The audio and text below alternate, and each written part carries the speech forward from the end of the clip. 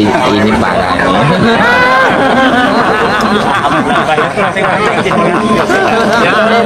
Bismillahirrahmanirrahim. Assalamualaikum warahmatullahi wabarakatuh. Balik lagi kita di channel Sumber Dakwah Official. Nah, ini ada yang baru ke apa itu?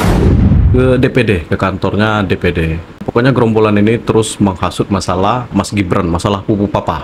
Ini ada video yang menarik, pokoknya membantahkan semua tudingan keji dari dokter yang ngaku dokter katanya, yang inisial T. Dan nanti kita akan melihat momen di mana Mas Gibran bertemu dengan si paling pakar, tentunya Bung Roy Suryo. Kita akan melihat momen Bung Roy Suryo sampai grogi. Langsung kita mulai videonya tanpa berlama-lama. Bismillahirrahmanirrahim. Let's go. Apakah Anda semua mau punya wakil presiden seorang psikopat, seorang skizofrenia? Kalau saya, seandainya di luar sana ada rakyat 58% yang mau, maka saya akan berkata kepada mereka, tolong jaga baik-baik presiden Anda, karena seorang psikopat bisa melakukan apa saja. Lo pada tahu dokter ini gak sih? Dokter Tifa 10 tahun rakyat dibuat tolol. Kalau orang ini menang, maka abis tolol jadi gila semua katanya. Waduh, gila. Kok ada ya seorang dokter, cewek lagi, mengujar kebencian, ngata-ngatain orang yang bahkan lu kenal, pernah berurusan juga enggak. Maksud gue, lu tuh berpengaruh apa sih buat negara, buat masyarakat sampai lu bisa ngomong kayak gitu? Gue bukan pendukung mereka atau siapapun ya, gue di sini netral aja. Gue mau suka atau nggak suka sama calon presiden yang akan datang, ya udah gue diem aja, bodo amat. Ngapain gue harus koar-koar di sosmed? Gue untung aja kagak. Ini buat yang nonton ya, tolong lah, lu ngapain sih fanatik sama orang? Lu dikasih duit berapa miliar gitu loh, sampai lu bela mati-matian orang yang bahkan nguntungin lu aja enggak. Mau siapapun presidennya, kalau lu males, lu beban, lu nggak kerja, pengangguran, ya lu bakalan tetap miskin. Makanya udah biasa aja, lu mau nggak suka sama orang, sama kebijakan pemerintah, lu kritik di sosmed boleh-boleh aja, cuman nggak usah nyebar kebencian. Bakalan ada orang yang bela mati-matian sampai luka-luka dan dapatnya cuma nasi kotak. Nuduh ijazah orang lain palsu, gelar dokter dirinya sendiri yang palsu. Itulah Dokter Tifa. Seperti yang kita tahu, Dokter Tifa ini rajin banget nuduh ijazah orang lain palsu. Setelah sebelumnya ijazah Presiden Jokowi yang dituduhnya palsu, saat ini dia nuduh ijazah Gibran Rakabuming Raka yang dituduhnya palsu. Saking inginnya membuktikan ijazah Gibran palsu, sampai dibelain loh datengin sekolah Gibran di Australia. Nah, terkait gelar Dokter Tifa palsu diungkap oleh Justinus Prastowo. Justinus Prastowo ini adalah ketua alumni STF Driyarkara yang saat ini juga menjabat sebagai staf khusus Menteri Kemenkyu. Jadi, kalau kita lihat situs web profesional atau bisnis LinkedIn milik Tifa, tertulis kalau dia itu berhasil lulus dari beberapa program doktor. Salah satunya program doktor filsafat di Sekolah Tinggi Filsafat atau STF Driyarkara. Tapi nih, gelar itu ternyata nggak berhasil dia dapatkan alias palsu. Menurut Justinus, Tifa itu nggak pernah mendapatkan gelar doktor dari STF Driyarkara. Tifa emang pernah ikut. Nah, kan? Ketahuan deh. Program matrikulasi filsafat pada tahun ajaran 2018-2019. Tapi, program itu nggak selesai karena Tifa nggak ngerjain tugas yang diberikan para dosen. Padahal, tugas itu sebagai syarat untuk kelulusan program doktor di sana. Menanggapi hal ini, Tifa bilang gelarnya menjadi ahli filsafat itu nggak cuma diperoleh dari STF Driyarkara, tapi hasil dari belajar bersama guru-guru besar dan karya para filsuf zaman dahulu. Kok aneh ya? Gelar doktor didapat dari hasil belajar dari guru besar dan filsuf zaman dulu.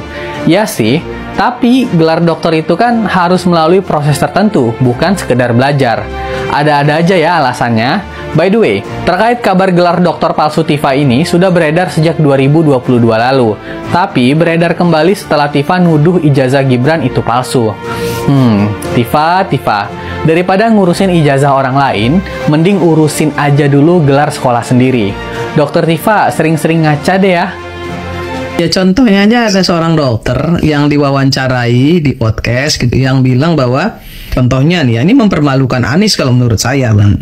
Bahwa Anies itu diperlukan oleh PBB, bakal diminta menjadi sekjen PBB, dan dia nggak level lah kalau cuma sekedar presiden gitu kan. Kemudian bilang juga bahwa Anies itu dibutuhkan oleh dunia karena untuk mengamankan perang dunia ketiga. Itu kan hal-hal yang bodoh menurut saya. Sangat bodoh. Sangat bodoh. Tapi kok bisa gitu ya misalnya seorang Bambang Wijoyanto gitu mewawancarai orang itu, kemudian bicara seperti itu tuh gimana gitu. Ya itu. Refli Harun juga ikut-ikutan mewawancarai misalnya kan untuk hal-hal yang begitu. Menurut saya kan Refli ini anak muda yang harusnya ya, menurut saya nih, karena saya kenal baik dengan beliau, menurut saya ini anak sebenarnya dibutuhkan oleh negara ini gitu, untuk membangun negara ini dengan kecerdasannya. Dia kan profesor, Bang.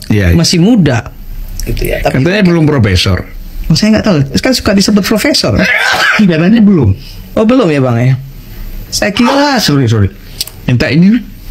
Saya kira untuk seorang Refli gitu ya. Iya, kakak, sorry ya. Kira Indonesia butuh beliau lah gitu ya. Dia untuk bisa ikut membangun bangsa ini ke depan. Jangan justru terbawa-bawa dengan orang-orang yang seperti ini. Saya Kayaknya enggak lah kira-kira. Kami enggak. Enggak butuh lah gara-gara. Saya sih sangat menyayangkan gitu. Karena saya tahu itulah Refli, Dit Samsudin kan. Cerdas gitu. Cerdas. Assalamualaikum.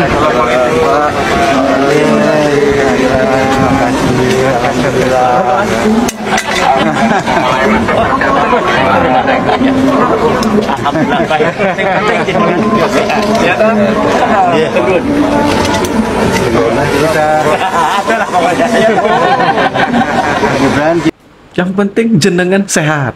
Oke. Kita nanti menaiki mobil ini, Bung Karno, bukan di belakang tempat payung itu, saya sebelah, nanti Supirnya ketua umum kita, nanti Pak Anton yang pemilik mobilnya. Terima kasih, Pak.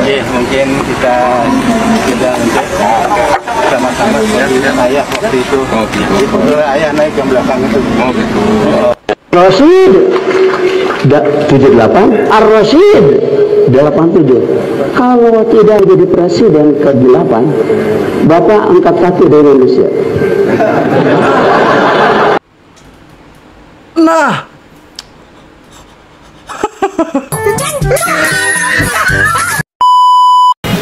Assalamualaikum warahmatullahi wabarakatuh. Mohon izin Mbah Lepo, para guru, para kiai, bunyai, bapak ibu, pengurus Masjid Al Ihsan, bapak ibu, mas-mas, mbak-mbak, adik-adik yang hadir pada acara sholawatan pada malam hari ini, sehat semua nggih. Ini jalannya agak miring, nggak apa-apa ini. Jalan di Mojosongo kan tanjakan semua, sehat semua nggih. Ini pertama-tama saya ingin mengucapkan mohon maaf yang sebesar-besarnya, terutama untuk Mbah Lepo, warga sekitar, warga Joglo, warga Mojosongo. Pasti tiap hari mengeluh macet karena sedang ada pembangunan elevated rail Palang Joglo. Saya minta maaf ya Bapak Ibu semua ya, macetnya, mohon maaf sekali lagi, macetnya sampai tahun depan. Tapi setelah semuanya selesai, setelah relnya ada di atas, setelah nanti underpassnya jadi, saya yakin nanti Simpang Joglo itu nanti bebas macet.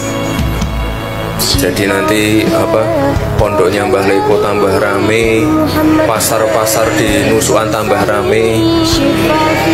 Pokoknya kita usahakan proyeknya tidak molor, biar Bapak Ibu semua kalau berangkat kerja, berangkat sekolah tidak macet. Sekali lagi saya mohon maaf, tapi Palang Joglo ini kalau nggak digarap sekarang, nanti tingkat kemacetannya semakin bertambah lagi. Karena Solo ini tambah rame. Tadi saya berangkatnya lewat viaduk Gilingan, itu juga macet juga. Nanti jalannya akan kita lebarkan biar semua pokoknya yang di sekitar sini bebas macet semua. Setuju nggih Bapak Ibu nggih? Sekali lagi saya mohon maaf, ini saya juga mau izin sekalian pamit karena malam ini saya ada 3 acara. Bapak Ibu, saya minta tetap tertib. Nanti kalau sudah waktunya pulang, sampahnya kalau bisa dibawa pulang atau diserahkan ke panitia atau petugas kebersihan yang ada di sini. Sehat semua nggih Bapak Ibu. Matur nuwun, terima kasih. Wassalamualaikum warahmatullahi wabarakatuh. Dah, kayaknya salah alamat deh kira-kira Dokter Tifa mengatakan Mas Gibran ODGJ katanya, Mas Gibran psikopat katanya. Kayaknya salah, kayaknya junjungannya sendiri. Itu tadi kalian dengarkan kalau kata Abah Aos, kalau Mas Anies tidak menang silahkan angkat kaki katanya dari negara ini. Nah, itu harus ditepati itu kira-kira janji dari Abah Aos itu. Karena Mas Anies di saat itu anggu-anggu harus ditepati janjinya, angkat kaki kira-kira. Dan tadi pokoknya yang bikin saya salpok yang di saat momen itu si ahli pakar ketika bertemu dengan Mas Gibran salting gitu, sampai mendoakan semoga jenengan sehat selalu gitu. Astagfirullahaladzim, aduh ya Allah. Pokoknya ini aura-auranya Pak Wapres pokoknya menyalah lah kira-kira. Ini calon-calon pemimpin masa depan cocok ini bersama Mas Didit gitu. Aduh, ini gokil sih kalau Mas Gibran, Mas Didit. Nah, itu entah kapan saya kurang tahu lah kira-kira. Nah, saya akhiri pokoknya tetap jaga persatuan Indonesia, jangan mau kita terpecah belah, jangan mau kita diadu domba. NKRI harga mati. Dan tentunya selalu optimis dengan cara selalu berpikir positif dengan apa saja keputusan pemerintah. Saya akhiri wabillahi taufiq wal hidayah. Assalamualaikum warahmatullahi wabarakatuh.